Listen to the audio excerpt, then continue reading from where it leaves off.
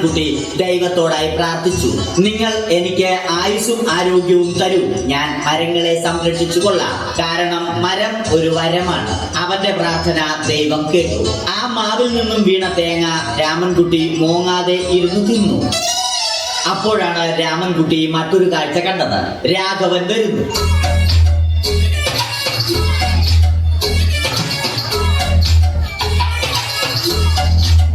മരം മുറിക്കൽ ഹോബിയാക്കിയ, അതിലുപരി ജോലിയാക്കിയ രാഘവൻ മരങ്ങളുടെ ശത്രുവല്ലേ. മരങ്ങൾ മുറിച്ച് ഫർണിച്ചർ പണിയുന്നത് തെറ്റല്ലേ. അവനെ ഇതിൽ നിന്നും പിന്തിരിപ്പിക്കണം. അവർ തമ്മിൽ ഒന്നും രണ്ടും പറഞ്ഞു.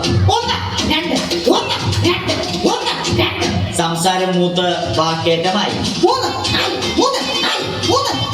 അത് പിന്നെ അടിയിൽ കലാശിച്ചു.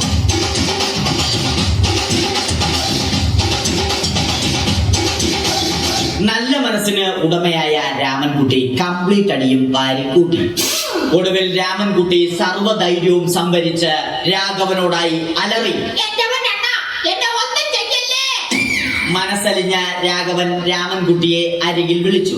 കൈവാക്കിന് കിട്ടിയ രാമൻകുട്ടിയെ രാഘവൻ ഒട്ടിറൊട്ടിയാക്കി മരത്തിലൊട്ടിച്ചു.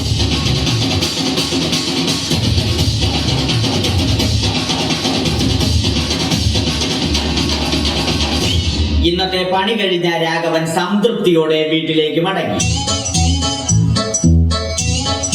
തനിക്ക് തല്ലി കിട്ടിയാലും മരത്തെ രക്ഷിക്കാൻ പറ്റിയ സന്തോഷത്താൽ രാമൻകുട്ടി മരത്തെ കെട്ടിപ്പിടിച്ച് പൊട്ടി പൊട്ടി കരഞ്ഞു.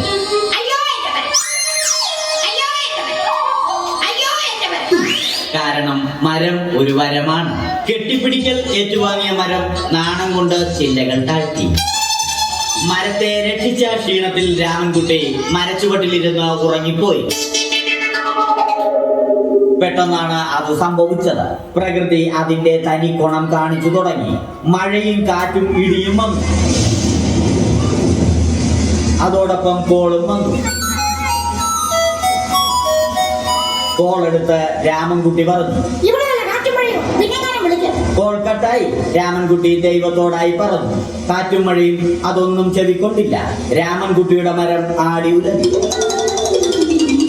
രാമൻകുട്ടി ദൈവത്തോടായി വീണ്ടും പറഞ്ഞു. മരം ഒരു വരമാണ്. മരത്തെ ഒന്നും ചെയ്യരുത്. വരം കിട്ടിയതുപോലെ രാമൻകുട്ടി തന്റെ ചൂണ്ടുവിരൽ കൊണ്ട് മരത്തെ താങ്ങി നിർത്തി.